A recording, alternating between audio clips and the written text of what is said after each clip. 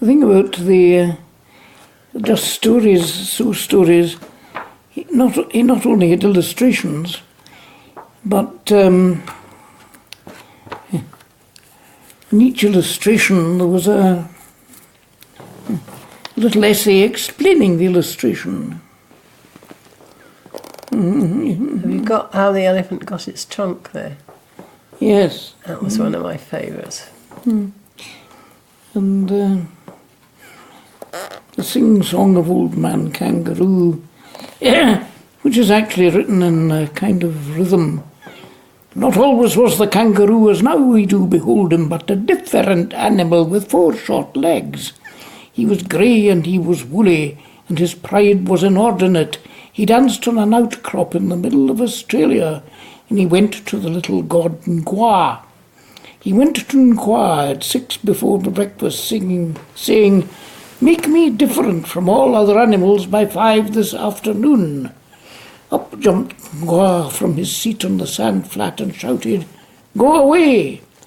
He was grey and he was woolly, and his pride was inordinate. He danced on a rock ledge in the middle of Australia, and he went to the middle god Nkwing. He went to Nkwing at 8 after breakfast, saying, "Make me different from all other animals. Make me also wonderfully popular by 5 this afternoon." Up jumped Nkwing from his burrow in the spinifex and shouted, Go away! He was grey and he was woolly and his pride was inordinate. He danced on a sandbank in the middle of Australia, and he went to the big god Nkwong. He went to Nkwong at 10 before dinner time, saying, "Make me different from all other animals. Make me popular and wonderfully run after by 5 this afternoon." Up jumped Nkwong from his bath in the salt pan and shouted, "Yes, and it will." Nkwong called Dingo, Yellow Dog Dingo, always hungry, dusty in the sunshine, and showed him Kangaroo. Nkwong said, "Dingo, wake up, Dingo. Do you see that gentleman dancing on an ash pit? He wants to be popular and very truly run after. Dingo, make him so." Up jumped Dingo, Yellow Dog Dingo, and said, "What, that, Cat Rabbit?" Off ran Dingo, Yellow Dog Dingo, always hungry, grinning like a coal scuttle, ran after Kangaroo. Off went the proud Kangaroo on his 4 little legs like a bunny. This, O beloved of mine, ends the first part of the tale. He ran through the desert, he ran through the mountains, he ran through the salt pans, he ran through the reed beds, he ran through the blue gums, he ran through the spinifex, he ran till his front legs ached. He had to. Still ran Dingo, Yellow Dog Dingo, always hungry, grinning like a rat trap, never getting nearer, never getting further, ran after Kangaroo. He had to. Still ran Kangaroo, Old Man Kangaroo. He ran through the ti trees, he ran through the mulga, he ran through the long grass, he ran through the short grass, he ran through the tropics of Capricorn and Cancer. He ran till his hind legs ached. And, yes, he had to. He tucked up his front legs, he hopped on his hind legs, he stuck out his tail for a balance weight behind him, and he hopped through the Darling Downs. He had to. Still ran Dingo, tired dog Dingo, hungrier and hungrier, very much bewildered, and wondered when in the world or out of it would Old Man Kangaroo stop. Then came Nkwang from his bath in the salt pan and said, "It's 5 o'clock." Down sat Dingo, poor dog Dingo, always hungry, dusty in the sunshine, hung out his tongue and howled. Down sat Dingo, Old Man Kangaroo, stuck out his tail like a milking stool behind him and said, "Thank goodness that's finished." Then said Nkwong, who is always a gentleman, "Why aren't you grateful to Yellow Dog Dingo? Why don't you thank him for all he has done for you?" Then said Kangaroo, tired old Kangaroo, he's chased me out of the homes of my childhood. He's chased me out of my regular meal times. He's altered my shape so I'll never get it back. And he's played old scratch with my legs. Then said Kwong, perhaps I'm mistaken, but didn't you ask me to make you different from all other animals, as well as to make you truly run after? And now it is 5 o'clock. Yes, said Kangaroo, I wish that I hadn't. I thought you would do it by charms and incantations, but this is a practical joke. Joke, said Kwong from his bath in the blue gums. Say that again and I'll whistle up Dingo and run your hind legs off. No, said the Kangaroo, I must apologise. Legs are legs and you didn't alter 'em so far as I'm concerned. I only meant to explain to your lordliness that I've had nothing to eat since morning, and I'm very empty indeed. Yes, said Dingo, Yellow Dog Dingo, I am just in the same situation. I made him different from all other animals, but what may I have for my tea? Then said Kwong from his bath in the salt pan, come and ask me about it tomorrow, because I'm going to wash. So they were left in the middle of Australia, Old Man Kangaroo and Yellow Dog Dingo, and each said, that's your fault. Which is the other one in there where they repeat? It's the somebody's curious, and there's the repetition of the. I know, was it? Is it the armadillos? He kept asking questions and being told off. And it's the rhyme. It's rhythm and rhyme is so much easier to remember than straight prose. And this had a repetitive bit to it. Can I look in the book? Yes, certainly. It was the Elephant's Child. It was full of satiable courteosity. Yes, wasn't he? Mm-hmm. And he kept asking people for things, and they. Mm-hmm. That was the one I liked. How long is it? Oh, and there's a lovely picture of him. And his trunk is so long. Might be too long to read. You know, there's a poem about the camel's hump. The camel's hump is a ugly lump which well you may see at the zoo. But uglier yet is the hump we get for having too little to do. Mm-hmm. Kiddies and grown-ups too, if we haven't enough to do, we get the hump. Camellia's hump, the hump that is black and blue. Yes. We climb, go on, you go on.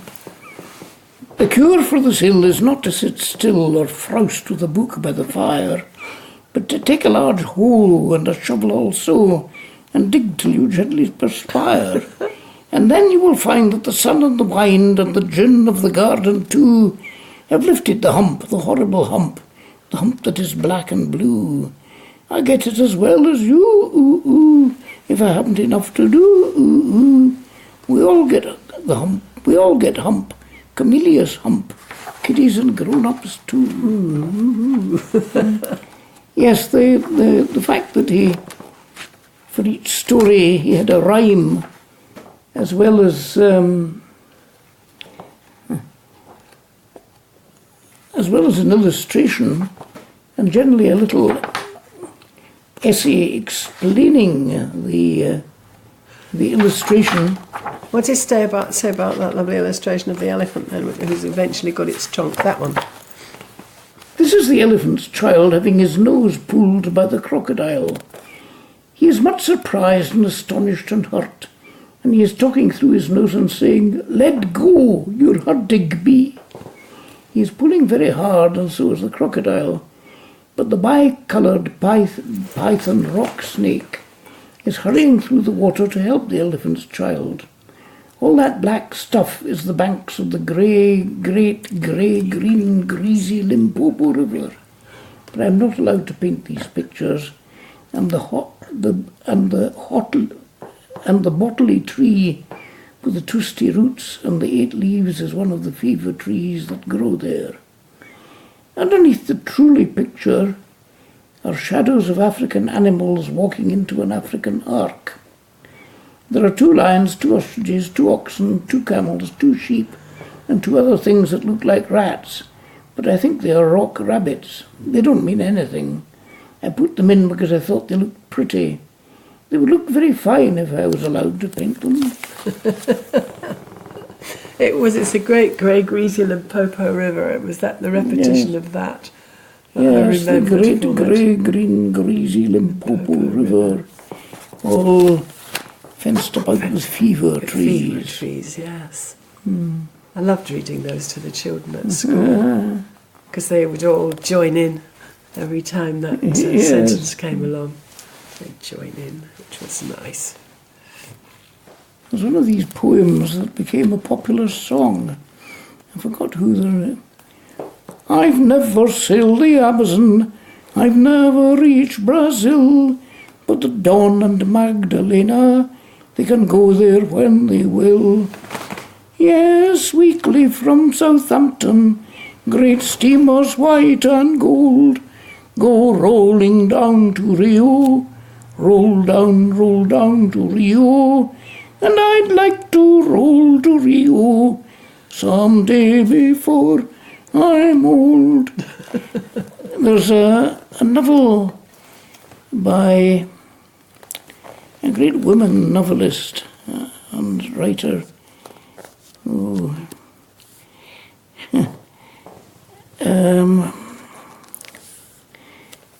she wrote, one of her novels was after leaving Mr. Mackenzie,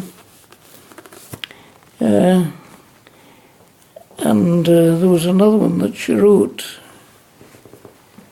The Wide Saragossa Sea. Jean Rhys. Rhys, yes, a Welsh name. Jean Rhys, but she grew up in one of the Caribbean islands, so she had a somewhat sad life in that she never had enough money and hadn't been really brought up to earn a living for herself, and therefore she moved to Paris in the 1920s or 30s, and there was supported for a little by the writer Ford Madox Ford, who was a very good writer and quite a strong supporter of writers. D.H. Lawrence was one, and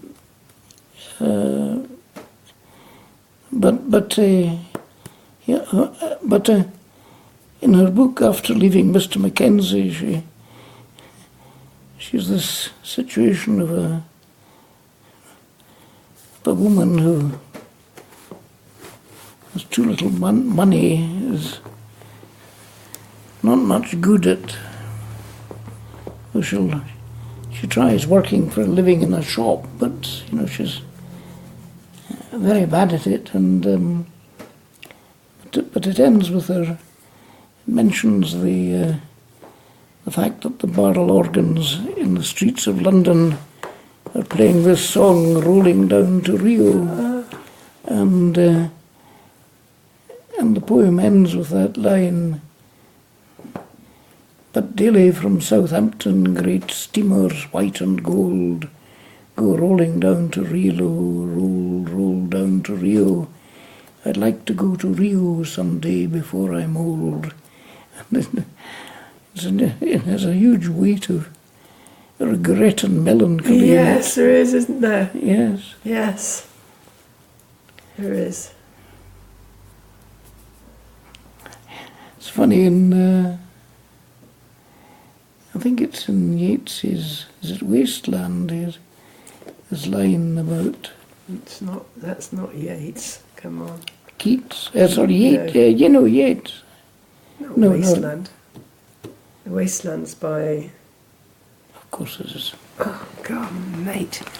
This is terrible. The great Irish writer. Yes, when you get Yeats. No, it's not Yeats. Yes, it is. Is it? I don't think it's Yeats for the Wasteland. Eliot. You're right. Eliot is, yes. Eliot is the Wasteland. It is. But, So that's when you is it the four quartets also? Yes. Where he says, and when you get back to your beginning. Yes. Yes, that's one that I... No, you're right, it's Eliot, of course. But he has in the Wasteland, he mentions that there's a